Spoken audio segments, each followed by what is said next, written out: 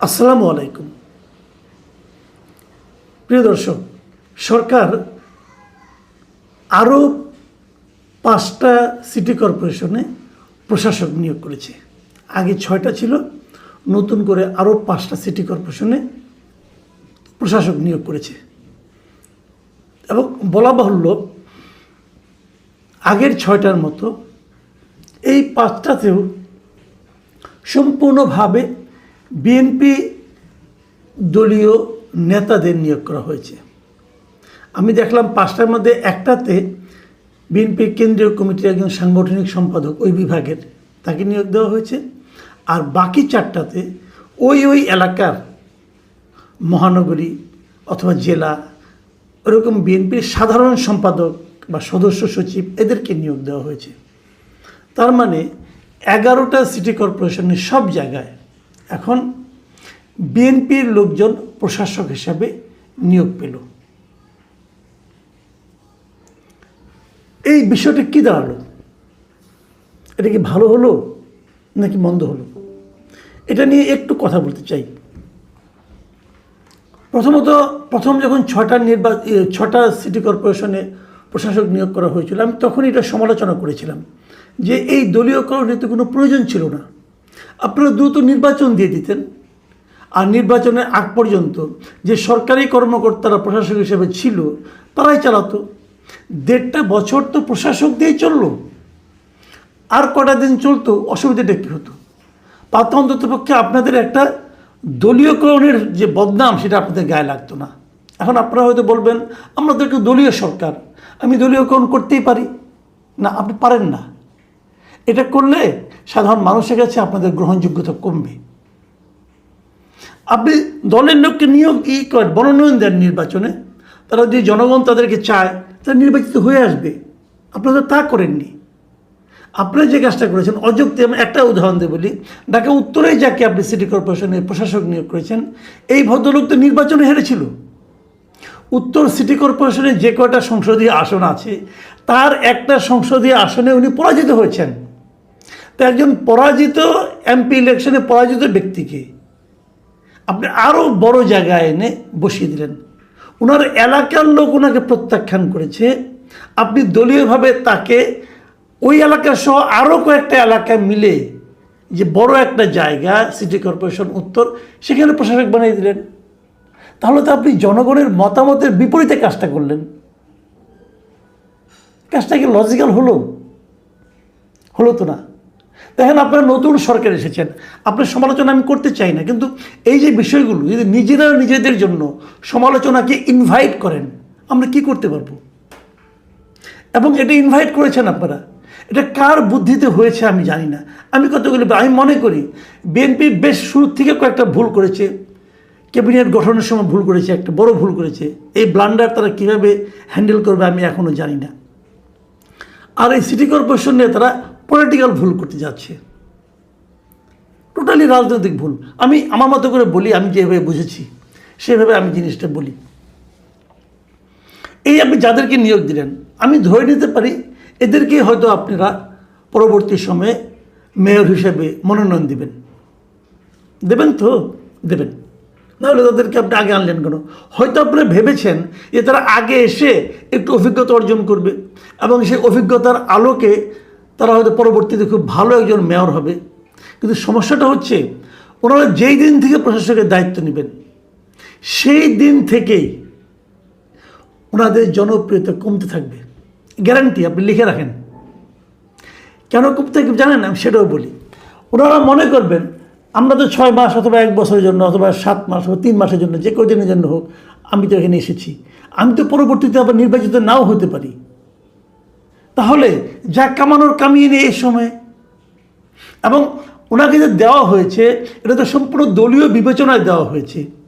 সেই কারণে এই দলের আরও যারা আছে তার নিচের পর্যায়ে নেতা, পাতি নেতা, তারাও কিন্তু বলবে আপনি মেয়র হয়েছেন, আপনি প্রশাসক হয়েছেন, আমাদেরকে বিভিন্ন রকম কাজকর্ম দেন, আমরা কাজকর্ম করি। এই যে দলের নেতাদেরকে উনি সার্ভ করতে যাবেন, ওনার জনপ্রিয়তা কমবে। আমি আজকে এই ঘটনা দেখার পর 3টা সিটি কর্পোরেশনের সঙ্গে আমি ওখানে থাকা বিভিন্ন সাংবাদিকদের সঙ্গে আমি যোগাযোগ করেছি। এবং তারা তিনজনই বলেছেন যাকে যাকে সিটি কর্পোরেশনের প্রশাসক হিসেবে নিয়োগ করা হয়েছে তাদের বিবেচনায় উনি ফিট না, উনি ফিটেস্ট না, মানে ওনার চেয়েও জনপ্রিয়, ওনার চেয়েও যোগ্য ওখানে আরও লোক আছে। এখন তাকে দেওয়াতে গত ইলেকশনে তাদেরকে মনোনয়ন দেওয়া হয়নি, তারা এক ধরনের হতাশা ছিলেন, সিনিয়র লিডাররা হতাশায় ছিলেন। এখন যখন ওরা ভেবেছিলেন হয়তো সিটি কর্পোরেশনে ওনারা মনোনয়ন পাবেন, কিন্তু এই যে দেওয়া হলো না, দেওয়া না হওয়ার কারণে তারা এখন থেকে ইনঅ্যাক্টিভ হয়ে যাবেন।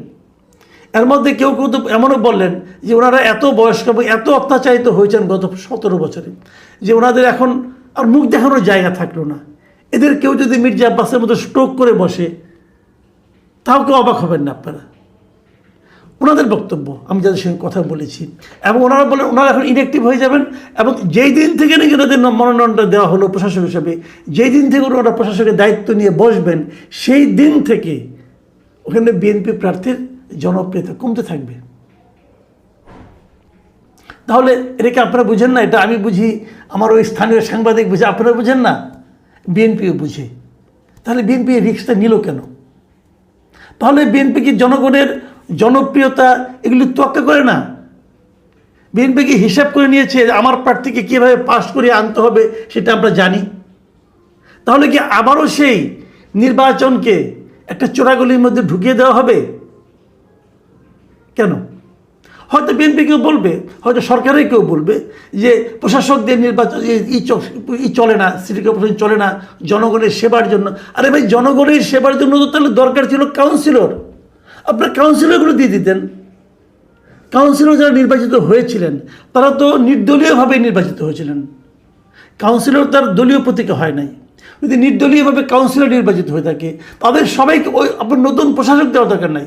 যারা ইলেক্টেড হয়েছিলেন তাদেরকে আবার নতুন করে আনতেন, বলতেন ঠিক আছে ওই আগের আদেশটা প্রত্যাহার করে নিলাম, এই কাউন্সিলররা আবার নতুন করে কাজ করবে, জনগণের সেবার যে কাজগুলো আছে। দেখেন সিটি কর্পোরেশনের কাউন্সিলর তো অনেক কাজ, কিন্তু মানুষের কাউন্সিলর না থাকার কারণে, সরকারি কর্মকর্তা থাকার কারণে, সরকারি কর্মকর্তারা যে ওখানে দায়িত্ব পালন করছে এতে অনেক অসুবিধা হচ্ছে। তারা মানুষকে চেনে না। একটা জন্ম সনদ অথবা একটা আপনার সার্টিফিকেট, ক্যারেক্টার সার্টিফিকেট, এরকম প্রায় মানে 20-21টা কাজ কিন্তু কাউন্সিলরদের হাতে থাকে, জনগণের কাজগুলি, জনকল্যাণ সম্পর্কিত কাজ। তো ওইটা তো আগে দরকার, ওইটা আনতেন। তা না এনে আপনি মেয়র পদে আপনি দলীয় লোককে জোর করে বসিয়ে দিলেন, ঠিক করেন নাই। আমি আরেকটা কথা বলি, আপনি যে কোনো লোককে এই সমস্ত যে কোনো সিটি কর্পোরেশনে র্যান্ডমলি আপনাদের যদি কোনো নিরপেক্ষ কোনো আপনার মানে এরকম খবর নেওয়ার কোনো স্কোপ থাকে অথবা গোয়েন্দা সংস্থা আছে, যোগাযোগ করে দেখেন, যে কোনো জায়গায় যোগাযোগ করে দেখেন যে এই সিদ্ধান্তটা, সরকারের এই সিদ্ধান্তটা, দলীয় লোককে প্রশাসক নিয়োগ করার যে সিদ্ধান্তটা, এটাকে মানুষ ভালোভাবে নিচ্ছে কি নেয়নি দেখেন। আমি তো খবর দিয়েছি, নিচ্ছে না, তারা ভালোভাবে এটাকে নিচ্ছে না। 2-1 সমর্থক পাবেন, আপনি নিশ্চিত থাকেন তারা বিএনপির লোক। বিএনপির লোক ছাড়া আর কেউ এটাকে ভালোভাবে নেবে না। একটা কথা মনে রাখবেন, এই নির্বাচনটা তো করলেন একটা তো আপনারা একটা জাতীয় নির্বাচন করেছেন, আপনাদের অভিজ্ঞতা হয়েছে। ভাবুন তো একবার, কেবল নিজের দলের ভোট দিয়ে কোনোদিন আপনি ইলেক্টেড হতে পারবেন না। বাংলাদেশের কোনো নির্বাচনে নিজের দলের লোকের ভোট দিয়েই নির্বাচিত হওয়া এটা কঠিন কাজ। নিরপেক্ষ ভোট লাগে। যারা কোনো দল করে না তেমন ভোটটাই ডিসাইডিং ফ্যাক্টর হয়। সে লোকগুলিকে জিজ্ঞাসা করেন, কেউ পছন্দ করেনি। কেন করতে গেলেন এটা? আমি বুঝি না। এত দ্রুত যে রাজনৈতিক ভুলের চোরাগলিতে বিএনপি পা দেবে এটা আমার হিসাবে ছিল না। আমি ভেবেছিলাম এখানে অনেক সিনিয়র আছে, যেমন আমি মির্জা ফখরুল ইসলাম আলমগীর, এই ভদ্রলোকের উপর আবার অনেক ভরসা ছিল। উনিও স্থানীয় সরকার মন্ত্রণালয়ের প্রধান হিসেবে আছেন, উনি তো মন্ত্রী। তো ওনার মন্ত্রণালয়ে এই সিদ্ধান্তগুলো কেন আসলো আমার কাছে ক্লিয়ার না। কিছু লেনদেন হয়েছে কি না সেটাও বলতে পারবো না, হতে পারে। কিন্তু সব ধরনের সন্দেহ যখন আপনি করবেন, নানা ধরনের সন্দেহ কিন্তু আপনার কাছে চলে আসবে। উনি বলবেন উনি খান না, ওনার হয়ে অন্য কেউ খান, খবর নিলে টের পাওয়া যাবে। কিন্তু দলকে ডোবানোর জন্য এত তড়িৎ, এত দ্রুত আর কোনো সিদ্ধান্ত হতে পারে না। এটা কেন? আমরা প্রায়ই বলি যে আমাদের দেশে যারা ক্ষমতায় যায় তারা মূলত জনগণের জন্য যায় না, তারা যায় নিজেদের জন্য। ভাবখানা এরকম, এই দেশটা হলো একটা বড় একটা কেক, এই কেকটাকে আমরা ভাগ বাটোয়ারা করে খাবো। তো যারা কেকের ভাগ পায়নি তারা হয়তো বলেছে এখানে তো অমুক এমপি হলো, তমুক এমপি হলো, আমরা এতদিন জেল খাটলাম, তা আমরা কি পাবো? আরে ভাই, জেল সবাই খেটেছে, জেল বিএনপির কোন লোক